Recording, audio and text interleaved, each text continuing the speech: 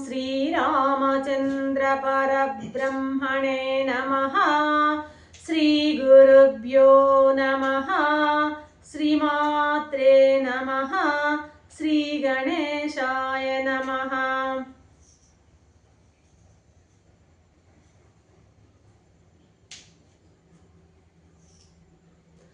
ఆత్మ బంధువులారా, యోగ వాసిష్టం నిర్వాణ ప్రకరణము 480వ భాగం. సరే, నిన్న కాగభుషుండు చెప్పిన విషయాలన్నీ విన్నటువంటి వశిష్ఠ మహర్షి ప్రశ్నిస్తున్నాడు. మహానుభావ, నీవు ముక్తితో కూడినటువంటి అతి దీర్ఘమైనటువంటి ఆయుష్ని కలిగి ఉన్నావు. నీవు యోగ్యమైనటువంటి చిత్తం, నీ చిత్తం అంతా కూడాను యోగంతో బాగా పరిణతి పొంది ఉంది. జ్ఞానము విజ్ఞానము మేళవించి ఉన్నది నీలో. ధీరుడవై ఉన్నావు నీవు. ఇంకా చెప్పాలంటే పూర్వ వృత్తాంతం చెప్పడంలో, కథనం చేయడం అంటే చెప్పడంలో చాలా నైపుణ్యత కనిపిస్తోంది. ఎందుకంటే ఇప్పటి వరకు ఆయన వృత్తాంతం విన్నటువంటి వశిష్ఠ మహర్షి కలిగిన అభిప్రాయం అన్నమాట ఇది. చాలా నువ్వు నిపుణుడు లాగా నువ్వు నాకు బాగా అనిపిస్తున్నావు. అనేక విధాలైనటువంటి అనేక సృష్టులు రాకపోకలు నువ్వు చూచిన వాడవని తమరి యొక్క ఇప్పటి వరకు మాటల వల్ల నాకు అర్థమైంది.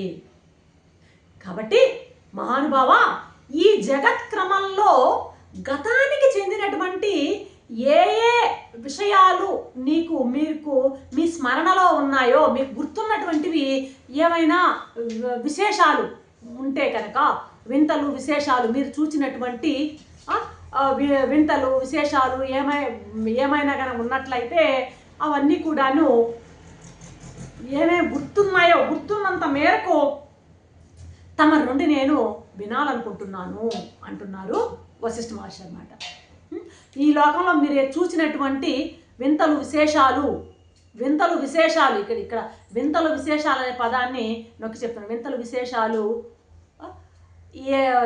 ఏమేమి ఉన్నాయో వినాలని అనుకుంటూ ఉన్నాను అంటున్నారు వశిష్ఠ మహర్షి. ఇక ఈయన మొదలు పెడుతున్నాడు కాకభుషుండు. అయ్యా, చిత్రం విచిత్రం ఎక్కడో లేదయ్యా. ఈ సృష్టి కంటే అద్భుతం మరొకటి ఏది లేనే లేదు. నీవు వింతలేం చూచావు, విశేషాలేం చూచావు అన్నావు కదా. నీ కుతూహలం కలిగింది. ఆ కుతూహలాన్ని ముందు తీర్చి తర్వాత నేను యోగ మహత్యాన్ని చెబుతాను అంటే, ఈ ప్రశ్న వేసిన తర్వాత వశిష్ఠ మహర్షి ఇంకొకటి కూడా అన్నాడు. ఈ వింతలు విశేషాలు చెప్తూ తర్వాత ఈ యోగ శిక్షణ గురించి కూడా మాకు చెప్పండి అని కూడా అడుగుతాడు వశిష్ఠ మహర్షి.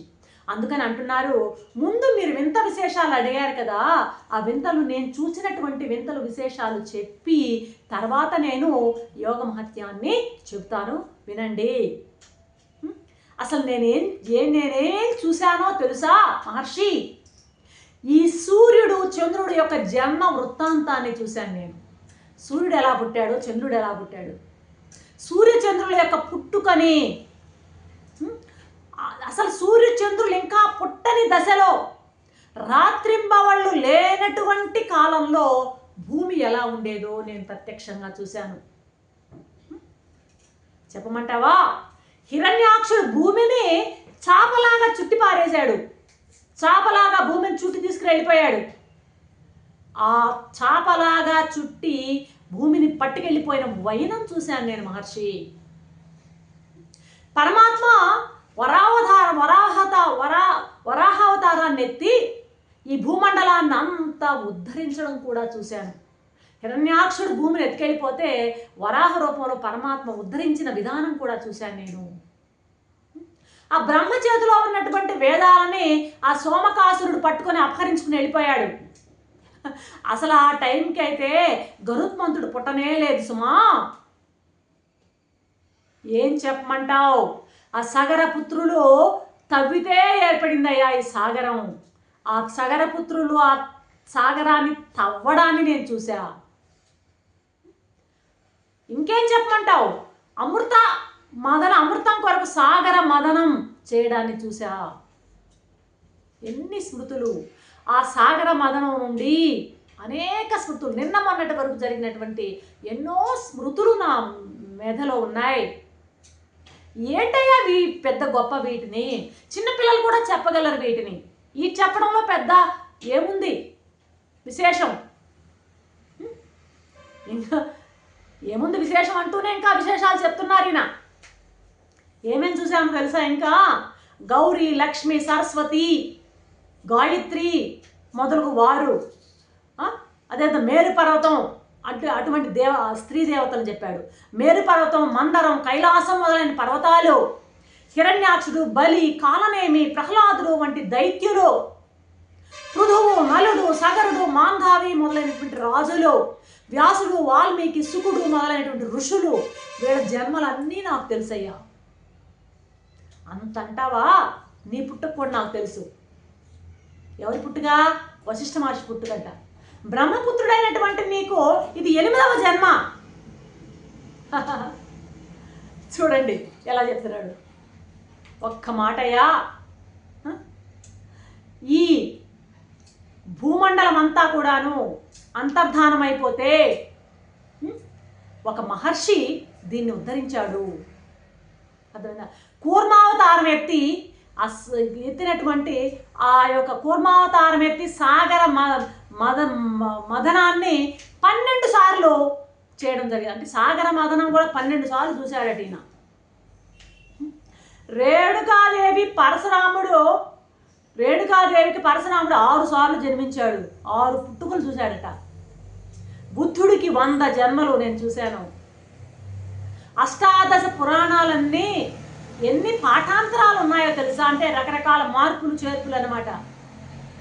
ఎన్ని మార్లు ఈ అష్టాదశ పురాణాలు తిరిగి రాసి రాసి రాసి మళ్ళీ యుగాంతంలో లయమైపోయాయో, మళ్ళీ ఎలా సృష్టి అయ్యాయో అన్నీ నాకు తెలుసు. ఈ రామాయణాలు ఎన్నో, వాల్మీకి అనేటువంటి జీవుడు ఎన్ని రామాయణాలు, ఎన్ని రచనలు జరిగాయో అన్నీ నాకు తెలుసు. 12 రామాయణాలు జరిగాయట ఈయన దీర్ఘ జీవితంలోనే. భారతం కూడా అంతే. మొదట వేదవ్యాసుడు రాసినటువంటి భారతం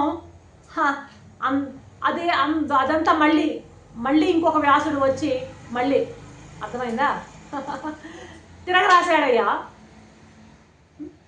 అసలు ఏం చెప్పమంటావు? వసుదేవుని గృహంలో కృష్ణావతారం ఎత్తాడే ఆయన.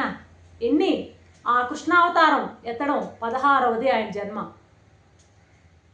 అయినా ఎందుకు వచ్చిన గొడవయ్యా ఇదంతా? అంటే ఇవన్నీ ఏం చెప్తున్నాయంటే అతని యొక్క మైనటువంటి ఆయుష్ని గురించి, చిరజీవితాన్ని గురించి చెప్తున్నాయన్నమాట. అర్థమవుతుందా? ఇదంతా ఎందుకు వచ్చిన గొడవ? అసలు నువ్వెందుకు అడుగుతున్నావు ఇవన్నీ? నేను ఎందుకు చెప్తున్నాను? నాకేం అర్థం కావట్లే. అసలు ఈ జగత్ సృష్టి ఏమిటి? దీని స్థితి ఏమిటి? దీని లయం ఏమిటి? ఇది ఎలా ఒక చక్రంలాగా ఇది తిరుగుతానే ఉంది. ఎన్నిసార్లైనా ఇది ఎన్నోసార్లు చక్రభ్రమణం జరిగి ఉండొచ్చు, ఎన్నిసార్లు లయమై ఉండొచ్చు. ఎందుకు ఈ లెక్కంతా మనకి? ఇదంతా భ్రాంతి అనేటువంటి ఒక పేరు పెట్టేశాం కదా దీనికి. మరి ఎందుకయ్యా దీని గురించి మనకి అన్వేషణ? జలంలో బుడగల్లాగా ఉండేటువంటి ఈ యొక్క లోకాలు, సృష్టులు వస్తూ ఉంటాయి, పోతూ ఉంటాయి. ఈ దృశ్య భ్రాంతి అంతా కూడాను మనలోనే సంవిత్ రూపంగా ఉన్నదే. భ్రాంతికి ఆధారం జ్ఞానమే. జ్ఞానాన్ని ఆధారం చేసుకునే ఈ భ్రాంతి అంతా కూడా కనిపిస్తుంది. ఇది నేను నీకు చెప్తున్నది అంటూ ముగించాడు కాకభుషుండు. రేపటి ఎపిసోడ్లో ఏం చెప్తారో చూద్దాం. అంతవరకు సెలవు సార్.